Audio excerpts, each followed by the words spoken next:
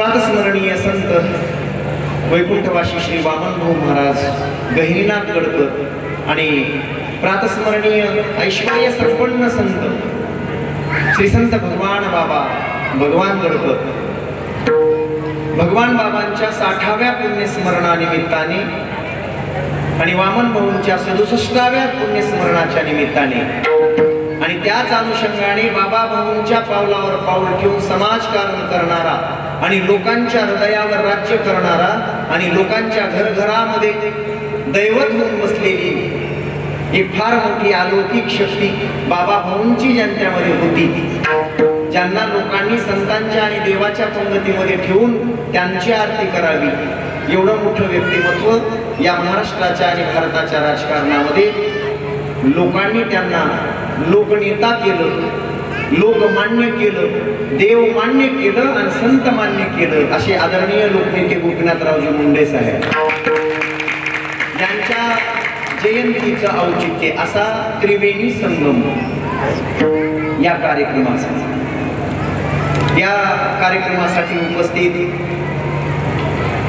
महाराष्ट्रातून आणि महाराष्ट्राच्या बाहेरून या नगरीमध्ये वसई, विरार, पालघर आणि मुंबईच्या अन्य क्षेत्रामध्ये स्थित असणाऱ्या सर्व भाविक भक्तांच्या चरणावर साष्टांग दंडवत प्रणिपात तुमचं सगळ्यांचं नेतृत्व करून सगळ्यांना माझ्या साहेबासारखाच न्याय देण्याचं काम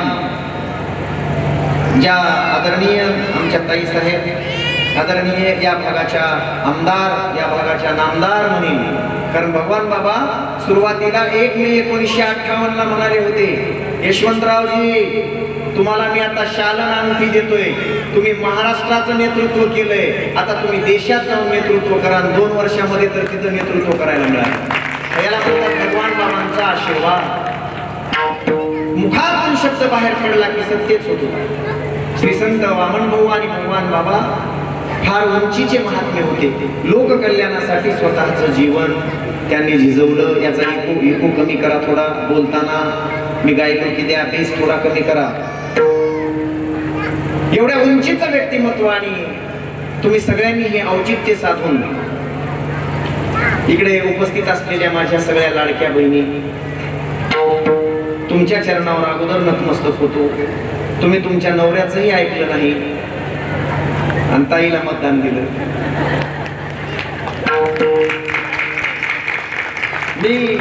मी 8 दिवस सांगून गेलो होतो भागवत कथेसाठी माझ्या बायकोला, म्हणलं आपण त्या उमेदवाराला कधी मतदान दिलेलं नाही, तू देऊ नकोस. मी सांगून चाललोय, घरी सांगून गेलो. 8व्या दिवशी परत आलो 22 तारखेला आणि 23ला निकाल लागला. 2 मोठ्या मोठ्या उश्या अशा थोबाडावर घेतल्या आणि आराम डोक्याला हात लावून बसलो. झेंडू बामची बाटली. ती म्हणली काय झालं? मी म्हणलं माझा उमेदवार पडला, पराभूत झाला. मग कोण आलं? मी म्हणलं असं असं ताई निवडून आल्या. तिने 1000 रुपये दिले माझ्या लेकराजवळ, सुतळी बॉम्ब आणायला लावले, दरवाजात उडवले. मी म्हणलं का, कशासाठी? उमेदवार पडलाय. ती म्हणली माझा निवडून आला. तुझा कोणता उमेदवार? मी सांगितलं तो नाहीच म्हणली माझा. ज्यानं मला महिन्याला 1500 रुपये पगार सुरू केली तो माझा उमेदवार आणि मी त्यालाच मतदान केलं, तो निवडून आला. तर महाराजाची बायको ऐकत नसेल तर तुम्हा पोतराजाचं काय करायचं?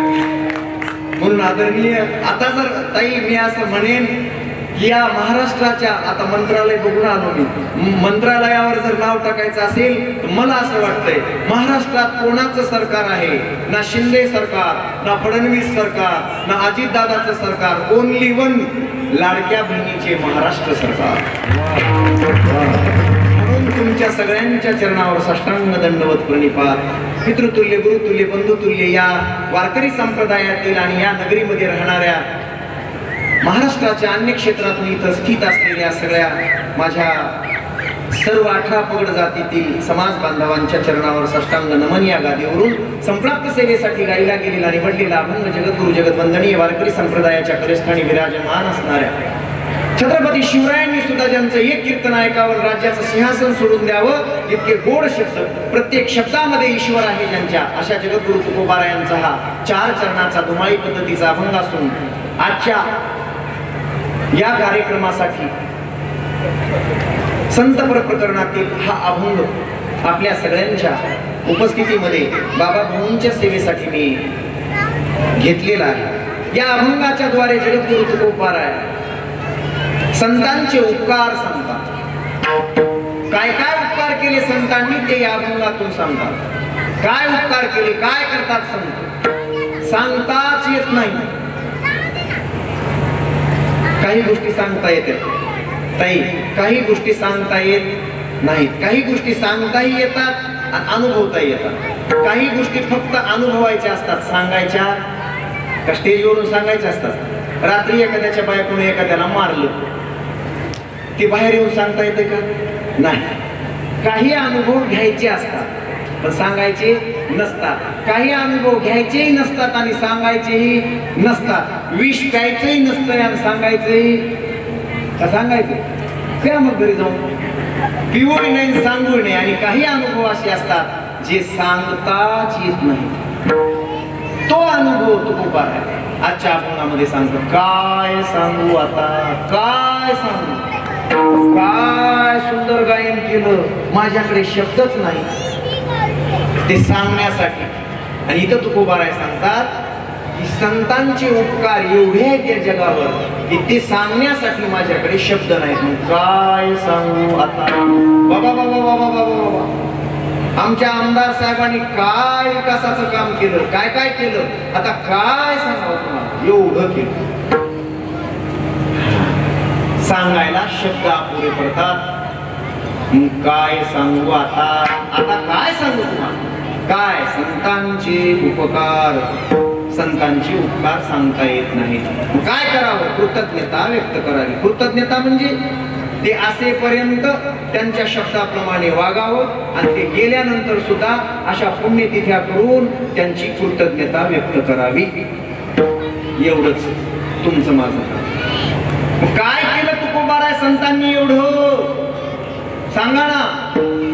एक मज निरंतर जागविते, जगात आपल्या हिताचं, आपल्या कल्याणाचं, आपल्या विकासाचं संतांशिवाय, माय बापाशिवाय कोणीही सांगू शकत नाही। निरंतर जागविती। लक्ष कीर्तनाकडे द्या। लग्नाचा कार्यक्रम नाही, कीर्तनाचा आहे। तुम्हाला वाटत असेल की वर्षभर ही पॉझिटिव्ह एनर्जी, वर्षभर ही सकारात्मक ऊर्जा तुमच्या घरात राहावी आणि हा आशीर्वाद मिळावा या कीर्तनातून, तर लक्ष कीर्तनाकडे असू द्या। जागविती मज निरंतर, निरंतर सतत जागविती। मग आम्ही काय करावं? काय द्यावे त्यासी व्हावी उतराई। त्याच्यातून उतराई होताच येत नाही। काय द्यावं? देवाला सुद्धा उतराई होता आलं नाही संतांच्या उपकारातून। तुम्हाला आम्हाला कसं होतंय? पावी उतराई। मग काय करावं? देविता हा पायी जीव थोडा। दोन हस्तक एक मस्तक त्यांच्या चरणावर रोज ठेवावं, एवढे उपकार आहे। एक निरंतर जागविती, दोन सहज बोलण्यातून, सहज बोलणे हित उपदेश। सहज बोलण्यातून तुमचं हित, तुमचं कल्याण करून टाकतात। भिवंडी होता होता माणसं कल्याणला येते, तसं संत संसारातली हंडी होता होता कल्याणाच्या मार्गाला लावतात। सहज बोलणे हित उपदेश, करोनी सायास शिकविती। तुम्हाला शिकवतात। काय द्यावे त्यासी व्हावे उतराई, देविता हा पायी जीव थोडा। किती शिकवतात, तुमचं किती हित करतात, तुमचं किती कल्याण करतात। तुका म्हणे वत्स धेनुवेचे चित्ती, तैसे मज येती सांभाळी। आवाज थोडा कमी ठेवा, थोडा बेस कमी करा, ओढू नये आवाज। जशी गाय आपल्या छोट्याशा वासराला जन्म देते आणि 5 दिवसापर्यंत ते वत्स असतं, वत्स वासरू नसतं। त्या जन्मल्याबरोबर त्या वासराच्या अंगावरची सगळीच्या सगळी घाण गाय आपल्या जिभेने पुसून काढते। आता ही मुंबई आहे, गाय तुम्हाला दिसते का कधी? असतील गाई. गाय गाय, काऊ काऊ काऊ, जी जी. जशी गाय तिच्या वासराला स्वच्छ करते जन्मल्याबरोबर, तसे संत तुमच्या माझ्यासारख्या अडाणी अज्ञानी भक्तांना स्वच्छ करतात. संत काय द्यावे त्यासी व्हावे उत्तराई, हे विता हा पायी जीव थोडा विठाला विठाला विठाला.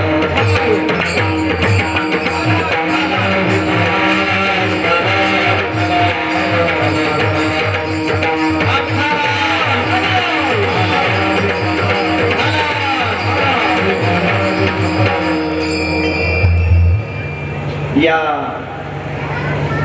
कार्यक्रमासाठी सेवेसाठी ज्यांनी महिनाभर सतत मला दररोज कॉल केले आणि तुमची माझी तुमच्यासारख्या महान भगवत भक्तांची माझी ओळख करून दिली, ते आमचे आदरणीय नाथराव भाऊ सोनवणे. सतत रोज कॉल होता दररोज. आणि इथं आल्यानंतर खूप मोठी आम्हा सगळ्या वारकऱ्यांची सेवा ज्यांनी स्वीकारली, तृप्त झालो त्यांच्याकडे जाऊन. खूप सेवा दिली असे आमचे आदरणीय लिंबाजी साहेब शिरसाट, त्यांच्या बरोबरीने अनेक आपण सगळेच होतात. इथं आल्याबरोबर आमचे आदरणीय PI साहेब, चौधरी साहेब, बरोबर चौधरी साहेब. नाही, मी एकदा नाव ऐकलं की एकतर महाराष्ट्रात गोपीनाथराव मुंडे होते आणि दुसरा बंडोपंत महाराज दाखणे. एकदाच ऐकलं की लक्षात राहते. आमचे चौधरी साहेब ज्यांनी पोलीस खात्यामध्ये असून या देशाचं रक्षण करण्यासाठी आपलं सर्वस्व दिलंय आणि तिथून कीर्तनासाठीही उपस्थित राहतात, असे PSI मला महाराष्ट्रामध्ये फार बोटावर मोजणे इतके दिसले. म्हणून त्यांच्यासाठी एकदा टाळ्या वाजवा. इथं उपस्थित बडी बडी मंडळी आहे, पण मला आता नावं माहित नाहीत, पण पत्रिकेवर नावं नाहीत. माझ्यासाठी तुम्ही सगळेच मोठे आहात, सगळेच. म्हणून तुम्हा सर्वांना पुन्हा एकदा साष्टांग दंडवत करतो. या जगामध्ये उपकार आणि उपकारासाठी शब्द येतो कृतज्ञता. कृतज्ञता. वडिलांचे किती मोठे उपकार असतात आपल्यावर. वडील स्वतःला जेवढे भारीचे कपडे घेत नाहीत तेवढे आम्हाला घेतात. स्वतःच्या पायात जेवढा शूज बूट भारीचा नसतो तेवढा आपल्यासाठी घेतात. वडील 2-2 वाजता रात्री ओव्हर टाइम करतात, ड्युटीवर जातात, बरोबर, रात्रंदिवस आपल्यासाठी झिजतात. तसा बाप माणसाला कळला नाही. बाप असेपर्यंत कळत नाही. बाप आहे तोपर्यंत कळावा. का कळतो? लय अवघड आहे बाप कळणं. दुःख आहे लोकांना. जीवनामध्ये माया त्याच्या काळ्या मेघावानी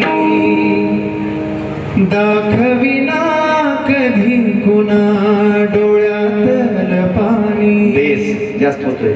झिजो झिजो संसाराचा गड हाकला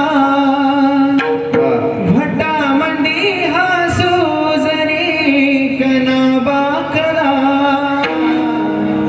घडीभर तो थांब जरा ऐक त्याची धापर लय अवघड हाय गड्या उमगाया बापर उमगाया बापर लय अवघड हाय गड्या उमगाया बापर उमगाया बापर.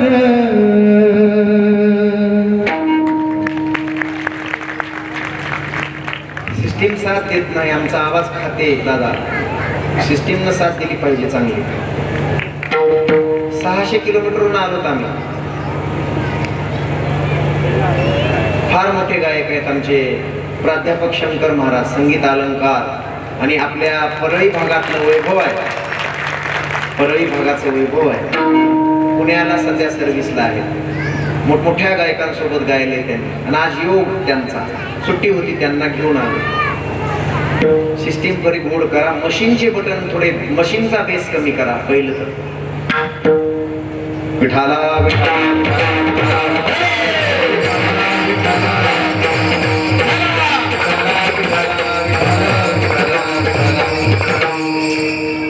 असेपर्यंत बाप कळत नाही, संत होते तोपर्यंत कळले नाही, संत तेव्हा कळले नाहीत लोकांना आणि आजही कळत नाही. बाप आहे तोपर्यंत बाप कळत नाही, कळावा. आई घरात आहे तोपर्यंत आई कळत नाही, गेल्यानंतर मात्र सगळ्यांना कळते. इथेच काशी इथेच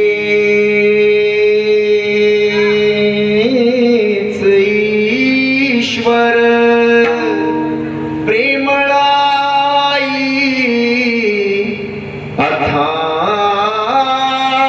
अथांग सागर माया ममता उदंड देते नाही जीवाला घोर माऊली देवाहूनही थोर विश्व निर्मिले त्या देवाला आईची नामाया. आई नाही तर काहीच नाही, जीवन जाते वाया. चिमण्या बाळा घास भरवते राहून उपास पोटी, जीव लावते जीवही देते माय माऊली मोठी.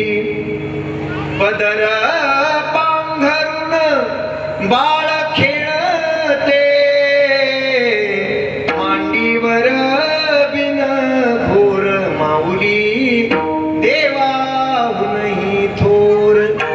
9 महिने 9 दिवसाचे अतूट प्रेमळ नाते, प्रसव वेदना हसत झेलते जन्मले करा देते.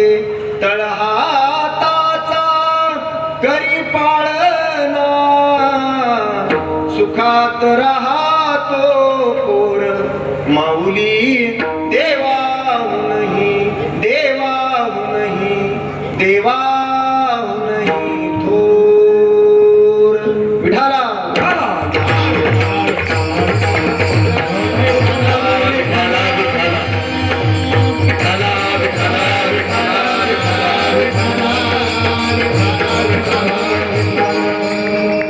आणि संत एक लोकांना कळत नाहीत. असेपर्यंत बाप कळावा, असेपर्यंत आई कळावी, असेपर्यंत संत कळावे. काय असते आई आहे तोपर्यंत कळावे. आईचे अनंत उपकार, बापाचे अनंत उपकार आणि त्याची कृतज्ञता माणसाकडे असावी. पण मनुष्य ती ठेवायला तयार नाही. आणि संतांचे या जगावर अनंत उपकार. काय उपकार आहेत महाराज संतांचे, सांगता येत नाही, सांगताच येत नाही. किती उपकार आहेत. तुका म्हणे त्यांच्या उपकारासाठी नाही माझे गाठी काही एक, नाही माझे गाठी काही एक, नाही माझे गाठी काही एक. तुका म्हणे त्यांच्या उपकारासाठी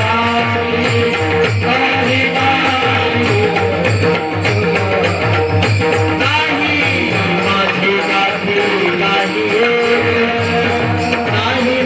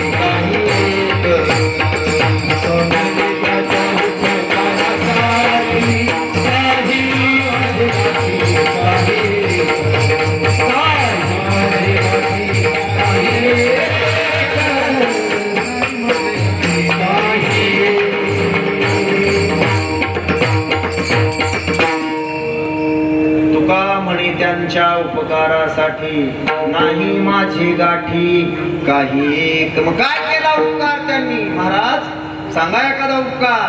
वा. सांगतो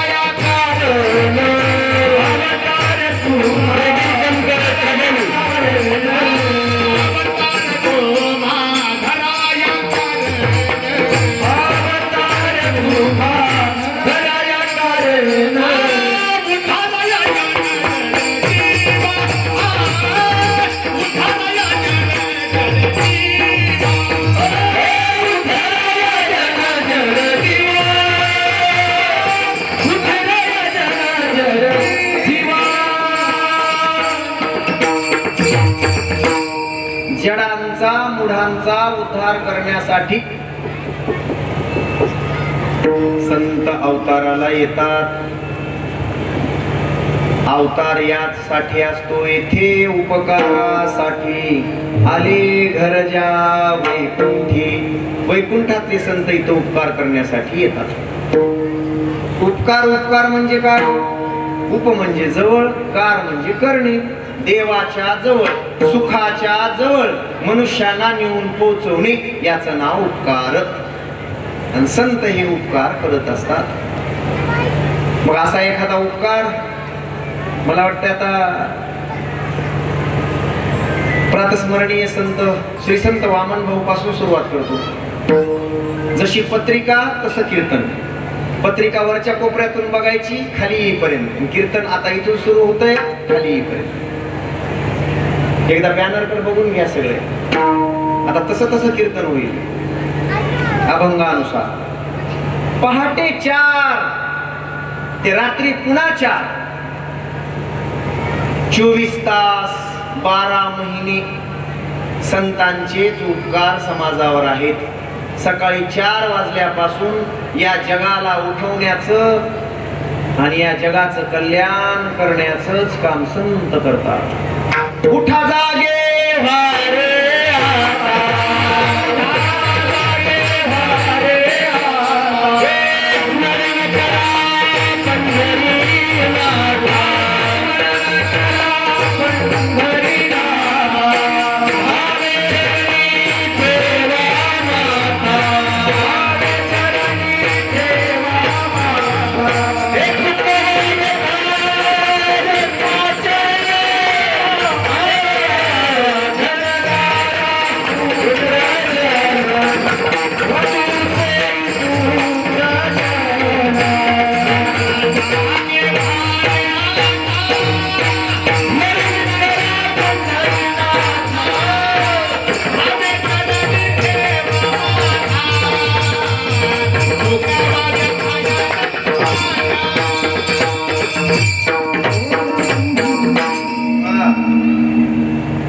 जाग करतात.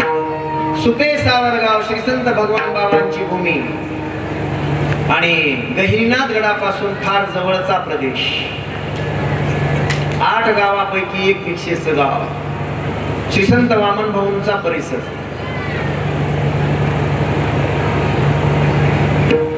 वामन भाऊंची वारीची तयारी चालू आहे. साऊंडच बेस्टचे आहेत ते. हे डीजेचे साऊंड वाटतायत मला सगळे. हा हा असो. ऐका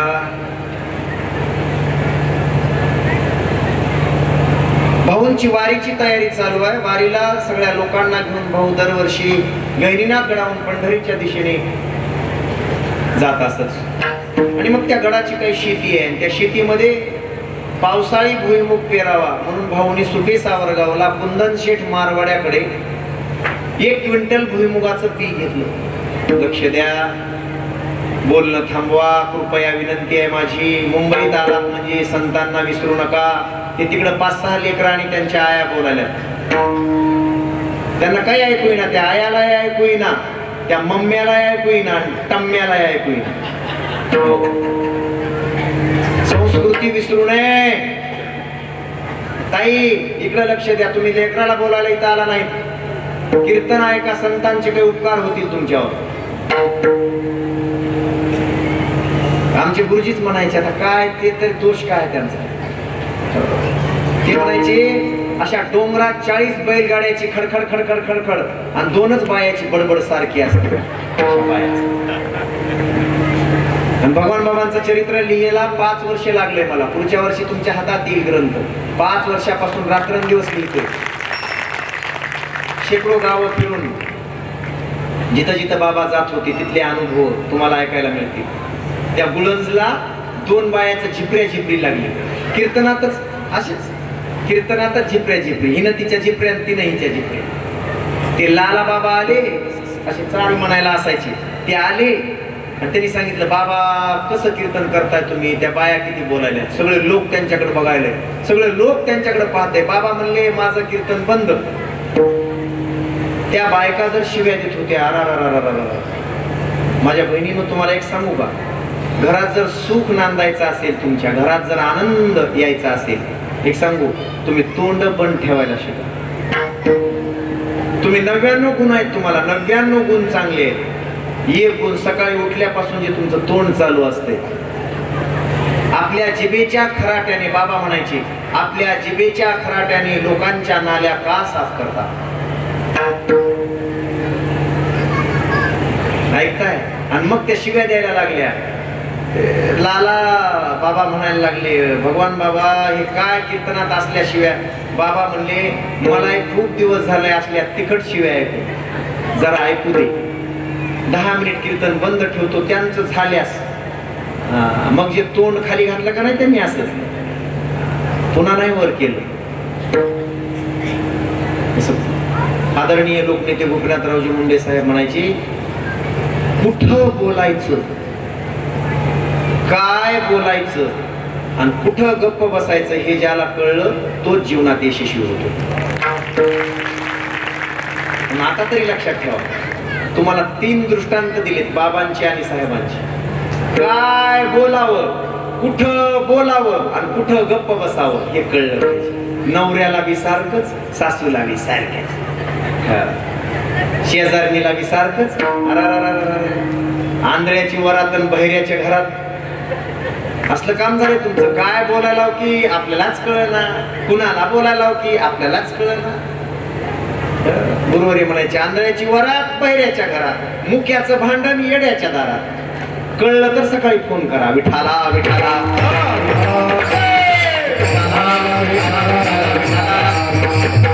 नाहीच कळलं तर बरंच काही उरले, जाता जाता खान घरी जाऊन आतून झोप. तुम्हाला मी फार हुशार समजून कीर्तन करायला वाचलं. मी रात्री 3 वाजता निघालो आणि तिथून विचार करत आलो आजच्या कीर्तनातला, हे पुण्यातले मुंबईतले सुधारलेले लोक आहेत, यांच्या पुढे काय बोललं पाहिजे, असं गोड घेऊन आलोय, जीवनाचं सार्थक करणार. तुमचा आता जरा झालंय बरं, आतापर्यंत पडझडच होती सगळी. लक्ष द्या माय बापू. आता पान गळती सुरू आहे, सगळ्या झाडांचे पानं गळतायत आणि अजून 2 महिन्यानंतर वसंत ऋतू येतो. वसंत आला की ही प्रकृती नटते, वसंत आला की ही प्रकृती सुधारते आणि जीवनामध्ये संत आले की संस्कृती सुधारते.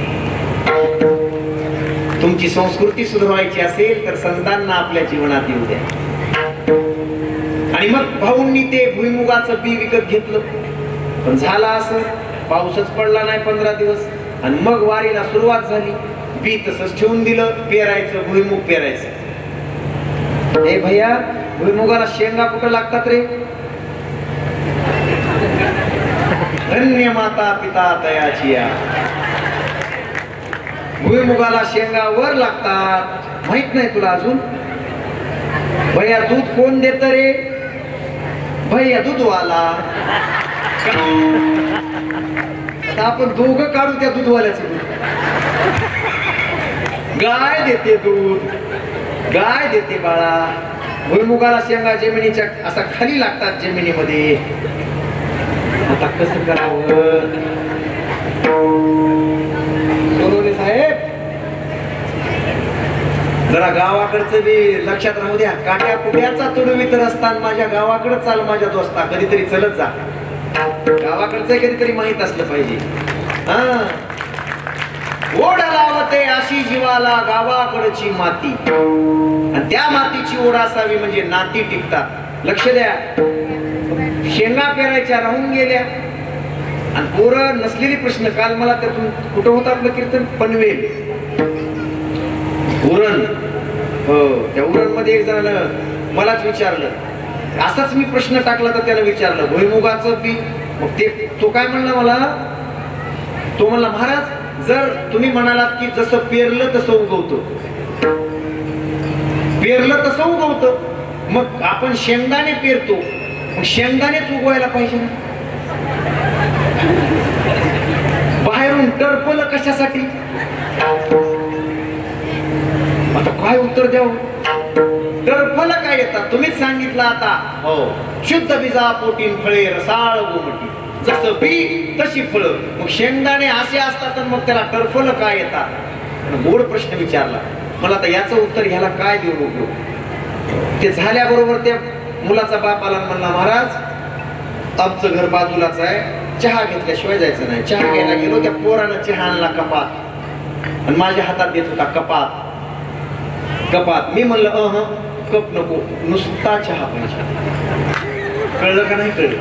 रेंज आली का नाही? रेंज जरा रेंज पकडा. फक्त चहा मला पाहिजे, कप नको. तो म्हणला असं कसं? त्याला म्हणलं मग तुझा प्रश्न तसा कसा? जरा धोरणात प्रश्न विचारावे. धोरणात. बाबा गेले, भाऊ गेले वारीला. पंढरीची वारी झाली. 22 दिवसानंतर भाऊ परत आले. पेरणी होऊन गेली होती. 1 महिना उशिरा नंतर त्या भुईमुगाच्या शेंगा येत नाहीत. आणि मग भाऊनी जशाला तसं पोतं उचललं. एवढ्या महागा मोलाचं पोतं. भाऊ 1-1 रुपयाचा विचार करत होते. बाबा नव्हते करत, पण भाऊ 1-1 रुपयाचा विचार करायचे नाही. स्वतः पायी चालत जायचे, ऑटो सुद्धा करायचे नाहीत. मुंबईला आल्यानंतर मुंबईत येत होते भाऊ जास्त. त्या किसन बुवा आवरवाडीकर नाही म्हणायचं, भाऊ सोबत असायचा. भाऊ 4 किलोमीटर आहे, ते 6 रुपये मागायले. 6 रुपये मागायले. 5 रुपयाच्या वरी मी एक आणा देणार नाही. आणि मग भाऊ चालता चालता पडले, ठेच लावून पडले. की आता केवढ्यात पडलं म्हणला किसन बुवा. आता केवढ्यात पडलं? 1 रुपयासाठी तुम्ही? हो म्हणले माझ्या गडासाठी. हे सगळे लेकरं उद्या त्या गडाला आश्रयाला येणार आहेत. सगळे भाविक भक्त आश्रय करायला येणार आहेत. माझा गड मोठा झाला पाहिजे, या लेकरांना सावली मिळाली पाहिजे, म्हणून मी 1-1 रुपये वाचवतो. त्यांचं वाक्य पडू दे. आणि ते उचलन कुंदन शेठ मारवाड्याकडं बियांचं दुकान, बियाण्याचं दुकान आणि भुसार मालाचं दुकान होतं. भाऊ घेऊन गेले. त्याला सांगितलं की 4-2 रुपये कमी दे. हे 700 रुपयाचं बी आहे, 4-2 रुपये कमी दे. म्हणजे परत घे, आता मला त्याचा उपयोग नाही. वारीहून आलो, त्याचा आता उपयोग नाही. तो मारवाडी जरा विचित्र होता. तो मला तुमच्यासारखे महाराज लोक असे लय पाहिलेत म्हणला. उचला ते पोतं, निघा म्हणला इथून. वापस करण्यासाठी असते का ते? परत करण्यासाठी असते का ते? आता काय करू मी परत करून? त्याचे भाव उतरले. उतरा म्हणला, ते परत घेता येत नाही. भाऊ म्हणले एवढं मातल्यासारखं करू नये. लक्ष द्या बरं, शब्दांवर लक्ष द्या. एवढं मातल्यासारखं करू नये. तुम्ही मोठे आहात, शेतकऱ्यांना सांभाळून घ्यावं. शेतकऱ्याच्या रुपयावर तुमचं घर चालतंय. तुम्ही एवढे मोठे त्याच्यावर झालात. शेतकऱ्यांना फसवून तुम्ही 4-2 रुपये काढले त्यांच्याकडून. कुणाचंही आगाऊ खाल्लेलं ऋण वैर हत्या हे तो न चुकेने देता. हे चुकणार नाही तुम्हाला शेठ. हे परत घेत नाहीत तुम्ही. त्या मारवाड्याने सांगितलं परत घेत नाही. तीनदा सांगतोय तुम्हाला, उचला ते गाठोडं. भाऊंचे शब्द होते. भाऊ हे वैराग्यवान, वैराग्याची साक्षात मूर्ती. श्री संत तुकोबारायांचे अवतार म्हणजे श्री संत वामन भाऊ, लक्षात ठेवा. आणि श्री संत नाथ महाराजांचे, शांतीसागर नाथ महाराजांचे अवतार म्हणजे श्री संत भगवान बाबा साधू. आणि मग भाऊने सांगितलं, हे पचायचं नाही तुम्हाला, हे तुम्हाला खाऊ देणार नाही, तुम्ही लोकांचं जे खाल्लंय ते तुम्हाला इथून पुढे खाता येणार नाही. काय कराल तुम्ही? मारवाडी म्हणाला, काय कराल? भाऊ म्हणले, तुला खाऊ देणार नाही, तुझ्या लेकरा बाळाला खाता येणार नाही, सगळ्या घुशी खाऊन जातील. घुशी, घुशी, इकडे घुशी माहित आहेत का? घुशी, उंदीर माहित आहे का? उंदीर, mouse. Mouse, do you know mouse? Yes, mouse. और माउस से बड़ी होती है वो घुस होती है, घुस घुस घुस. ही तर सगळ्या घराला लागलेल्या घुशी. बरोबर रात्रभर नवरा कष्ट करून आणतोय, ह्या आयत पॉकेट आणतात त्या घुशी. दुसऱ्या कुठल्या घुशी? सांगा मला, याच्यात एक तरी माझी बहीण अशी आहे का तिच्यानं नवऱ्याच्या खिशातून कधीच 1 रुपया काढला नाही? 5 पैसे बक्षीस देतो, 5 पैसे नसते थोडं, 1 रुपया. सांगा कोणी आहे का?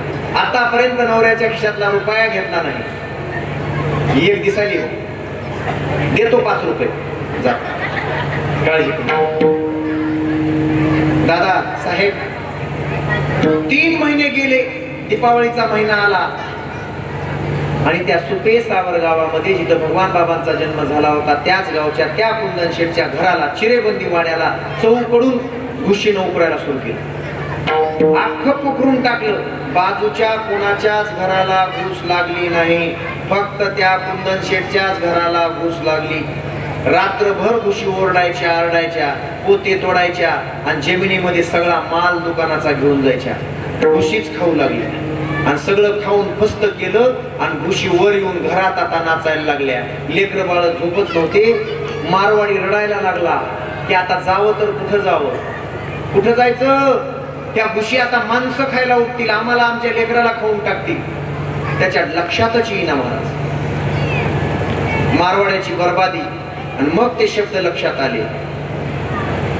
भाऊंनी सांगितलेले शब्द 6 महिन्यानंतर लक्षात आले. आणि मग कुटुंबाच्या कुटुंब जाऊन गहिनीनाथ गडावर भाऊंच्या पायाला मिठी मारली. भाऊ, फार मोठी चूक झाली आमची, तुम्ही जसं म्हणालात तसं झालं, अख्खं घर माझं घुशीनं पोखरून टाकलं, मला क्षमा करा, मला माफ करा. आणि तेव्हा भाऊने आशीर्वाद दिला आणि सांगितलं, आता तिथं नाही थांबायचं, आता सोनईला जायचं.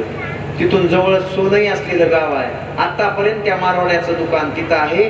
दरवर्षी भाऊच्या दिंडीला तो मारवाडी 40 कट्टे तांदळाचे देतो आणि भाऊच्या फोटोचा अभिषेक करतो. भाऊनी एका शब्दावर मारवाड्याचा मात उतरविला आणि त्याला शरण यावं लागलं आणि पुन्हा कृपा केली.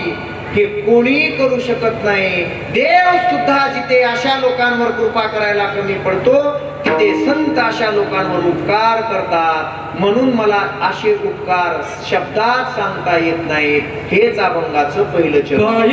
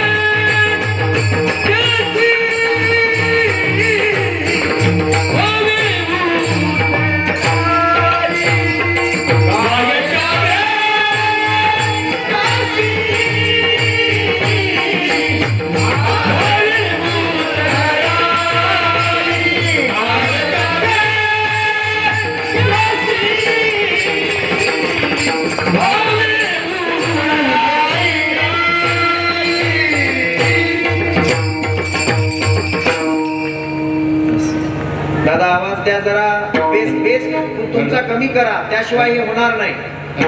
रात्रंदिवस त्याच्या समोर आहोत आम्ही माईकच्या. एवढा उपकार कोण करू शकतो?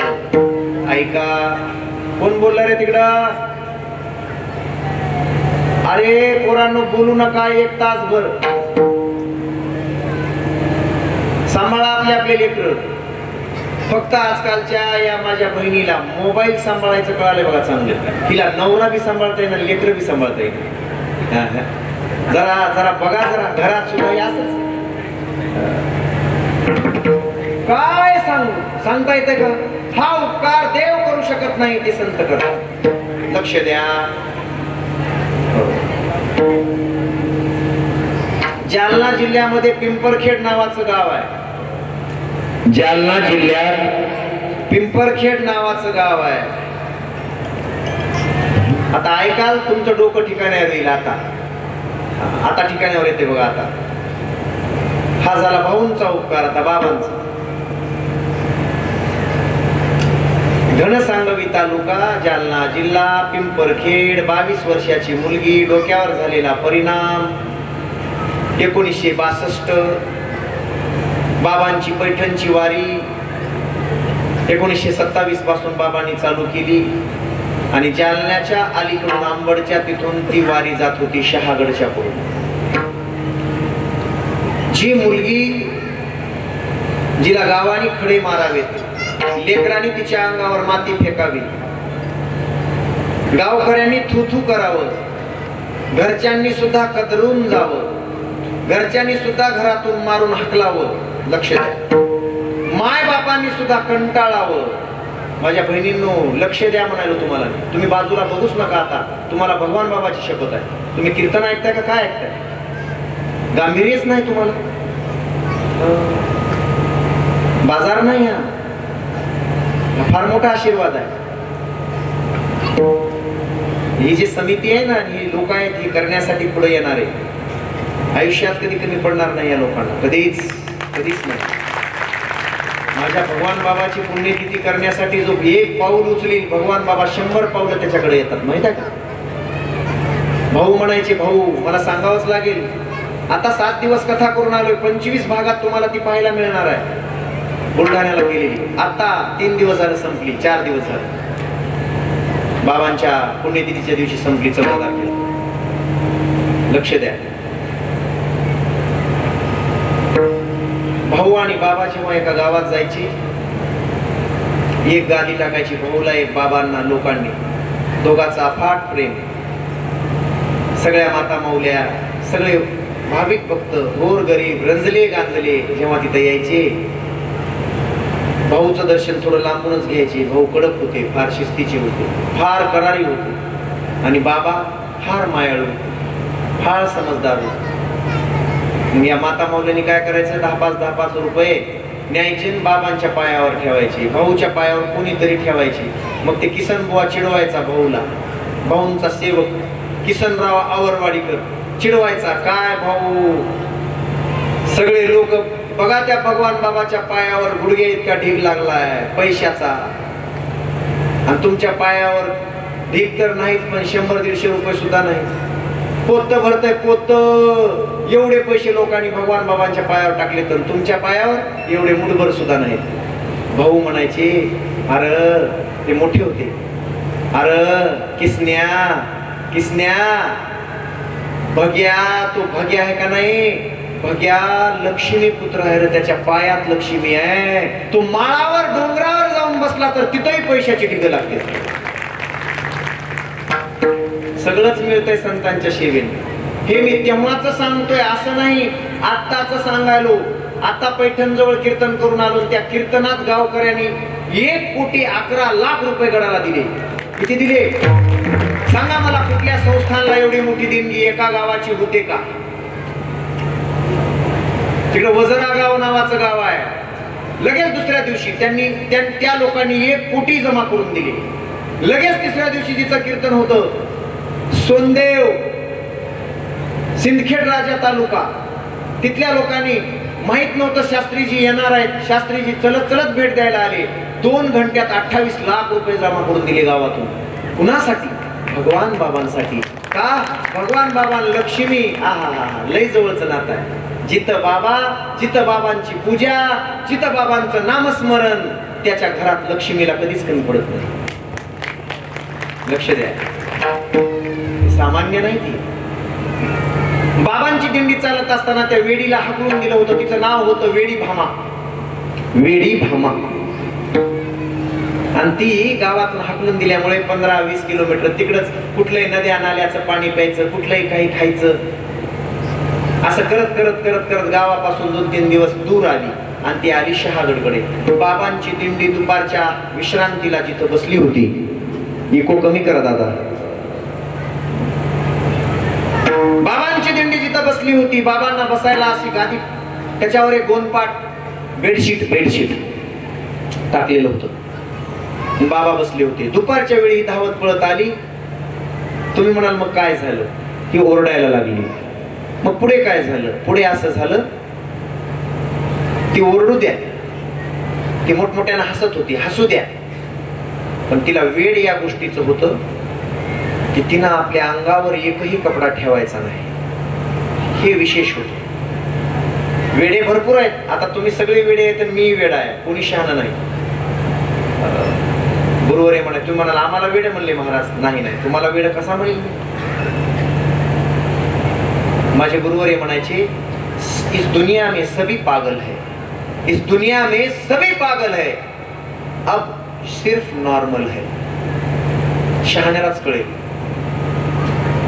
तुम्ही आता फक्त नॉर्मल आहे. तुम्हाला जर उठून त्या बाईनं 2 कानाखाली मारल्या की तुम्ही पागल होऊन शिव्या देता. लोक म्हणतात ही बाई काय पागल झाली का काय? आप नॉर्मल है, सब वैसे तो सब पूरी दुनिया पागल है. आता ह्या कार्यकर्त्याला येऊन एखाद्याला खालून 2-3 येऊन 2 शिव्या द्याव्यात. बघा तो कसा करतो. तेच पागलपण. आणि ती पागल तिथं आली. अंगावर एकही कपडा नाही. तुमच्यासारख्या माझ्या अशा बहिणींनी, माऊल्यांनी जाऊन हे डोक्यावर घ्यायचे, की तुमचे स्टॉल वगैरे, ते तिचे आडवं धरले. अशी 2 बायकांनी असं पकडलं तिला आणि बाहेर सोडत होत्या. तेवढ्यात बाबा म्हणले, काय चाललंय रे? भगवान बाबा म्हणले, काय चाललंय रे तिकडं? कशाचा गोंधळ आहे? तेव्हा एका बाईने जाऊन सांगितलं, बाबा एक वेडी मुलगी आहे. मग असू द्या की, आपल्या दिंडीत आली आहे, येऊ द्या की. नाही बाबा, तिच्या अंगावर वस्त्रच नाही. ती अंगावर वस्त्र ठेवीतही नाही, टाकलं तरी निर्वस्त्र आहे ती. बाबा म्हणले, मग असू द्या की, तिला इकडे घेऊन या. बाबा, असं कसं आणावं? कपडे वगैरे असे तिला तिच्या अंगावर ठेवा किंवा समोर धरून माझ्याकडे आणा. सगळ्या बायकांनी मिळून असे कपडे धरले. दोघेंनी धरलं, हाताला धरून त्या पोरीला, त्या वेड्या भामेला, बाबा जिथं बसले होते त्याच्यापासून 5 फूट अंतरावर तिला उभं केलं. इथपर्यंत तिच्या कपडे असे धरलेले. आणि ती मोठ्यानं हसली बाबाकडे पाहून. बाबा उठून उभा राहिले आणि उभा राहून म्हणले, बाई, स्त्रीच्या जातीनं असं वागू नये.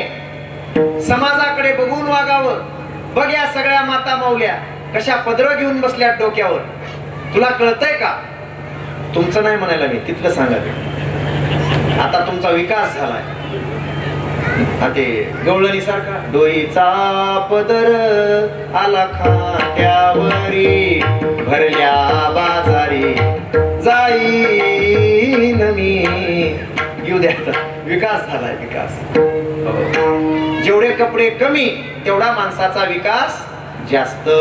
आणि जेवढे कपडे कमी होत राहतील या महाराष्ट्रात तेवढेच बलात्कार वाढत राहतील. म्हणून संतांनी विचार करून माणसाने कसा पेहराव घालावा, पोशाख, हे तेव्हा ठरवलेला आहे. पण ऐकतो कोण? बुट्टी कहती है लेकिन सुनता है कोण?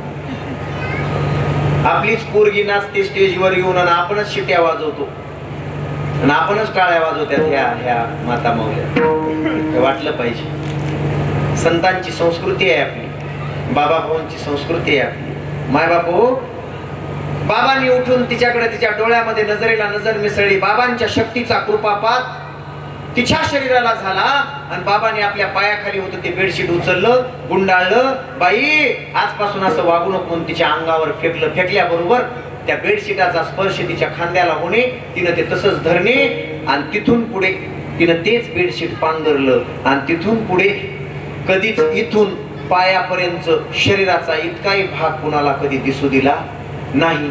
तिचं वेळ तर निघून गेलंच गेलं. पुढे चालून तिनं हजारो बाया जमा केल्या, हजारो स्त्रिया जमा केल्या, भजन करू लागली, बाबाच्या दिंडीत जाऊ लागली. तिची स्वतंत्र दिंडी झाली. तिचं नाव आहे वेडी भामा नाही आता, वेड्या भामेची. बाबाच्या स्पर्शाने आणि बाबाच्या कृपा पाताने वेडी भामा हरिभक्त परायण भामाबाई महाराज जायभाय झाली आणि तिची दिंडी स्वतःची काढू लागली. एवढा उपकार संत करतात. एवढ्या उपकाराला काय द्यावं? डॉक्टरनी सुद्धा जे दुरुस्त झालं नव्हतं, बाबांच्या नुसत्या स्पर्शाने ते जर होत असेल तर हे केवढे मोठे उपकार आहेत. म्हणून अभंगाचं दुसरं चरण. काय द्यावे यासी पावे मूत कराई, काय द्यावे यासी पावे मूत कराई. जय हे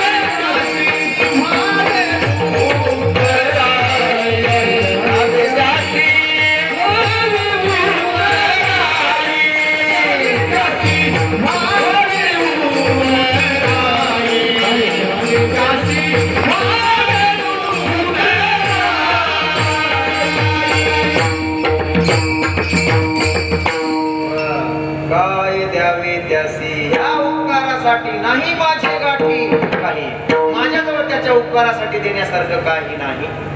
तिसरा प्रसंग. कुठून आलो मी? 1 2 3 कोपऱ्याजवळ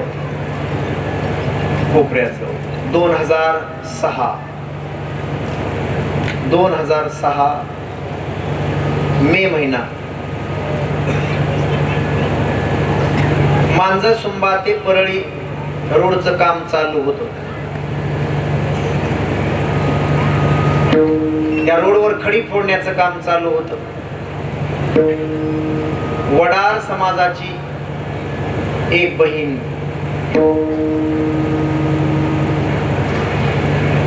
वडार समाजाची बहीण, तिचे 2 लेकरं खडी फोडत होते. पोरग हुशार होत, मुलगा हुशार होता, 12वी झाली होती, CET ची परीक्षा दिली होती, MBBS ला लागण्यासारखी कंडिशन होती.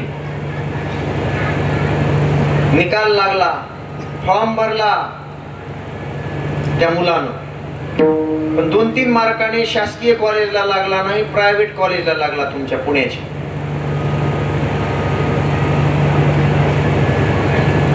यादी पाहिली आणि यादी पाहिल्यानंतर खडी फोडता फोडताच गावाकडून निरोप घेऊन त्याचा चुलत भाऊ आला. 3 ठिगळाचं लुगडं घातलेली त्याची ती आई आणि ते बहीण भाऊ तिघेही खडी फोडतायत एका ढिगावर बसून, गिट्टीच्या खडीच्या. रोड कारकून तिथं थांबलेला आहे आणि तेवढ्यात ती गोष्ट त्या पोराने येऊन सांगितली की प्रायव्हेट कॉलेजला नंबर लागलेला आहे, MBBS ला डॉक्टर होणार आहे आता हा, पण 8 लाख रुपये दरवर्षाची फीस आहे. 8 लाख रुपये भरावे लागतील. तुम्हाला जे देतोय ना मायबाप, या सगळ्या गोष्टी अशा तापून सुलाखून घेतलेले. 8 लाख म्हणल्याबरोबर त्या बाईला घाम आला. ती म्हणली 8 रुपये नाहीत माझ्या बँकेत, खातं नाही माझं, मी 8 लाख रुपये कुठून द्यावे. 8 लाख कशाला म्हणतात हे कधी बघितलं सुद्धा नाही बापजीने. आमच्या गरीबाच्या जीवनात काय, रोज खडी फोडावी, आपलं मिळतंय तेवढं 2 टाइमची भाकर खावी, याच्या पलीकडे आमच्या जीवनात आहेच काय.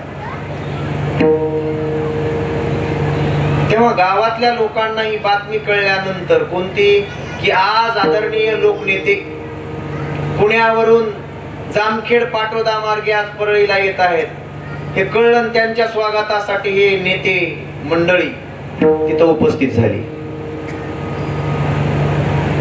त्या कारकुनाच्या लक्षात आलं गोपीनाथरावजी साहेब इकडे येत आहेत, आणि तो कारकुन त्या बाईला म्हणतोय, बाई तुझं नशीब जर चांगलं असेल, आज योगायोग असेल, तर तुझं काम होऊन जाईल. ती म्हणली कुठून होईल, कशानं होईल माझं काम, ते ट्रबल कमी करा, काय होतंय, सॉफ्ट द्या, साधं द्या. हो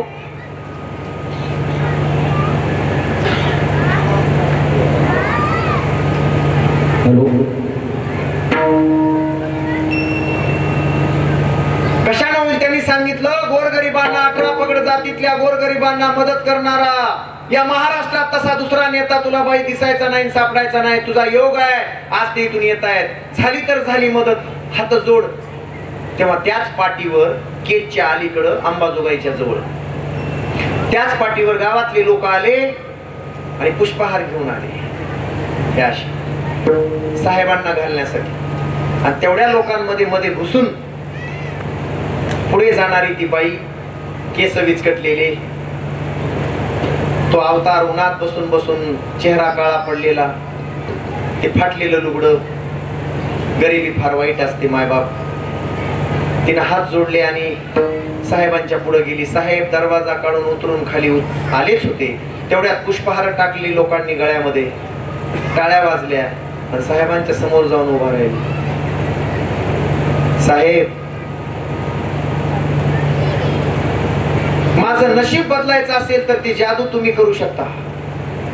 माझं पोरग MBBS च्या कॉलेजला लागलंय, पण 8 लाख रुपये भरायचे साहेब, माझ्याजवळ 8 रुपये नाही. तुम्ही जर मनावर घेतलं आणि एवढा उपकार जर केला साहेब, तर माझं पोरग MBBS ला लागून डॉक्टर होईल आणि आमचं नशीब बदलून जाईल. तुमचा एवढा उपकार होईल की या जन्मी फिटायचाच नाही. पण मी देवाची पूजा करणार नाही, पण तुमची पूजा करील साहेब. फक्त एवढं काम झालं. महाराज साहेबांनी माग फिरणे, केशव बीए ते गाडीतली बॅग घे. रस्त्यावर उभारल्या तसल्या उन्हामध्ये बॅग घेतली, बॅग मधलं चेकबुक काढलं आणि 8 लाखाचा चेक लिहून दिला आणि सांगितलं, तुझ्या पोराचं शिक्षण होईपर्यंत दरवर्षी 8 लाखाचा चेक, तुझं पोरग डॉक्टर होईपर्यंत हा गोपीनाथ मुंडे देईल. काळजी करू नकोस. ज्यांचा कोणी वाली नाही, ज्यांचा कोणी वाली नाही, त्यांचा हा गोपीनाथ मुंडे आहे. मी अगोदर समोरच्या पेक्षा उपेक्षितांना न्याय देतो. मी जरी पोहोचत नसलो तर माझा आवाज त्यांच्यापर्यंत पोहोचतो. मी थकणार नाही, मी रुकणार नाही, घेतला वसा कधी टाकणार नाही. मोडेल पण वाकणार नाही. हासा ज्याचा बाणा होता. 18 पगड जातीतला गोर गरीब कुठलाही शेतकरी, शेतमजूर, ऊसतोड कामगार कुणी असो, उपमुख्यमंत्री असणारा माणूस उसाच्या फडात जाऊन त्या गरीब ऊसतोड मजुराच्या डोक्यावर हात फिरवतो, त्यांची कांदा भाकरी खातो, त्यांची चटणी भाकरी खातो. गाई गुरांना चारा मिळत नाही तेव्हा चारा छावण्याच्या द्वारे स्वतः तिथं उपस्थित राहून त्या चारा छावणीवर उघड्या रानामध्ये एक एक रात्र काढतो.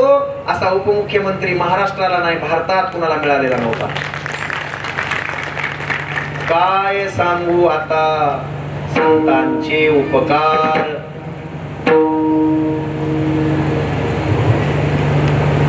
शंकर महाराज मुंडे साहेबांनी गोरगरिबांना सहारा देण्यासाठीच मुंडे साहेबांचं जीवन होतं. ज्या समाजात मी जन्माला आलो त्या समाजाचं कल्याण अगोदर करणार आणि त्यानंतर सगळ्या 18 पगड जातीतल्या समाजाला मी न्याय देणार, ही भूमिका साहेबांची होती. मुंडे साहेबांनी गरीबा सहारा तो दिला, सहारा तो दिला. आई होण्या दुबळ्यांना निवारा दिला. मुंडे साहेबांनी गरीबा सहारा तो दिला, सहारा तो दिला. आई होण्या दुबळ्यांना निवारा दिला. मुंडे साहेबांनी गरीबा सहारा तो दिला, सहारा तो दिला. आई होण्या गरीबांना निवारा दिला. जग सारे झोपले तो नाही झोपला, रात्र दिन जागुनी देशासाठी खपला. जग सारे झोपले तो नाही झोपला, रात्र दिन जागुनी देशासाठी खपला. जागे करुणी समाज पहारा तो दिला, पहारा तो दिला. आई होण्या दुबळ्यांना निवारा दिला. मुंडे साहेबांनी गरीबा सहारा तो दिला. आई होण्या दुबळ्यांना निवारा दिला. शिकवणी समाजाला तोही शिकला,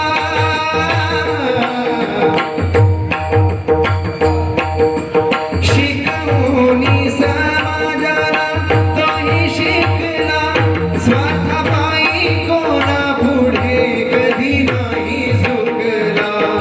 दुःख जाणून सुखाचा उभारा तो दिला, उभारा तो दिला.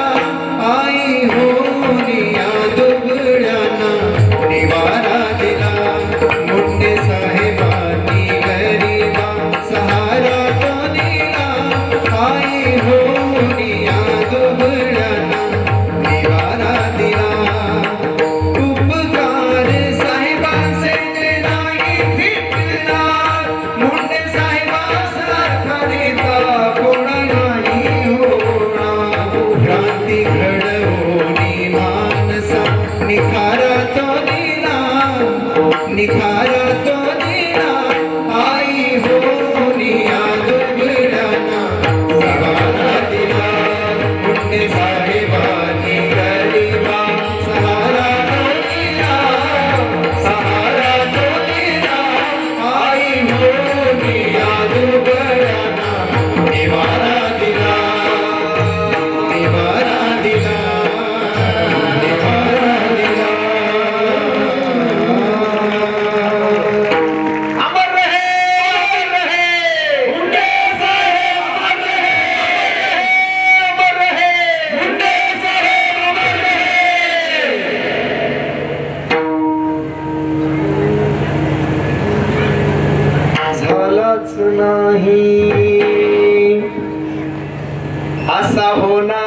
नाही, अहो झालाच नाही असा होणार नाही, नीता साईक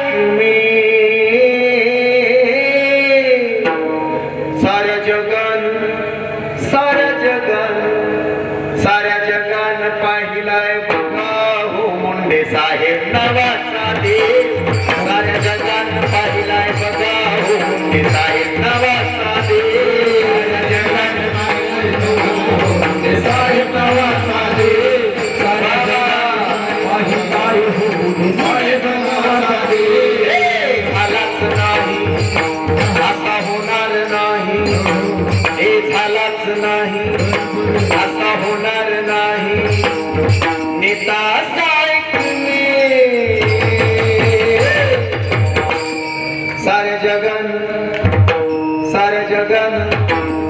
साऱ्या जगान पाहिलाय बघा हो मुंडे साहेब नावाचा देव, साऱ्या जगान पाहिलाय बघा हो मुंडे साहेब नावाचा देव, साऱ्या जगात पाहिलाय बघा हो मुंडे साहेब नावाचा देव, साऱ्या जगात पाहिलाय बघा हो मुंडे साहेब नावाचा देव.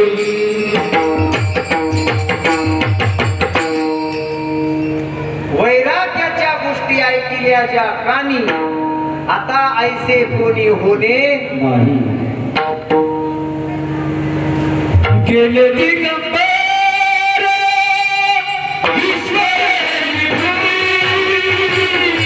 गेले दिगंबर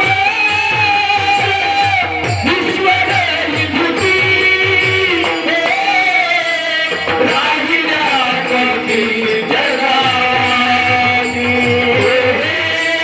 राहिल्या कधी जगानी. गेले दिगंबर ईश्वर विभूती, ईश्वर विभूती, राहिल्या कधी जगानी, राहिल्या कधी जगानी.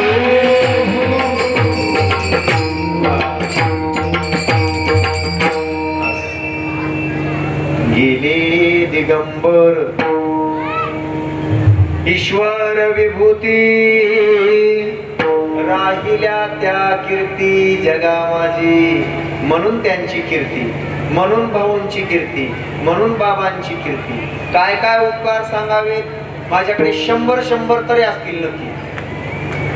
वेळ आपल्याकडे अपुरा आहे, आता राहिलेत फक्त 20 मिनिट, वेळ अपुरा आहे. अजून एक उपकार सांगतो, 2 होतील सगळ्यांची. आता तेच चालू आहे. तुम्ही सगळ्यांनी एकदा बाबा भाऊंचं नाव घ्या, जय जयकार करा. पुन्हा सांगतो काय आहे, बाबा भाऊंचं आणि साहेबांचं वर्णन करताना वेळच कुठं जातो हा मला अजून पडलेला प्रश्न आहे आतापर्यंत. सगळ्यांनी हात असे वर करा, एकदा सगळ्या महाराष्ट्राला दिसू द्या. चुकारपणा करू नका. बाबा भाऊंच्या कार्यक्रमाला ज्यांनी ज्यांनी पाठ फिरविली त्यांची पाठ लागलेली आहे आतापर्यंत. हे अनुभव आहेत. बाबांच्या आणि भाऊंच्या कार्यक्रमाला पाठ फिरविणाऱ्यांची पाठच लागलेली आहे अजिबात. त्याच्यामुळं त्यांचा आशीर्वाद मिळवा, देवाचा मिळवा अगर न मिळवा. त्यांचा मिळाला की देव आपोआप तुमच्या दारात येईल. काळजी खाली करायला नाही सांगितले माया, जरा तरी कळ काढा की 57 वर्ष माझ्या भगवान बाबांनी लोकांचे दगड अंगावर झेलले, लोकांच्या तलवारी अंगावर झेलल्या. याचं जरा भान राहू द्या. 36 वर्ष संघर्ष केला लोकनेते आदरणीय गोपीनाथरावजी मुंडे साहेबांनी. 36 वर्ष तुमच्या माझ्यासाठी. 18 पगड जातीतल्या माणसांनो, आता तरी जरा एक राहान विचार करा. तुम्ही एवढे मोठे झाला तर आज मुंबई गाठली आणि मुंबईमध्ये एवढा जे जेकार होतोय ना तुमचा, लोकांच्या पोटात गोळी उठते तशी आग पडती लोकांच्या पोटात आग. हे बघितलं की हा उपकार संतांचा आहे, हा उपकार त्या लोकनेत्याचा आहे. एवढी मजली उंच भरारी मारताय तुम्ही. शाबाश शाबाश, इथं तरी प्राणायाम झाला.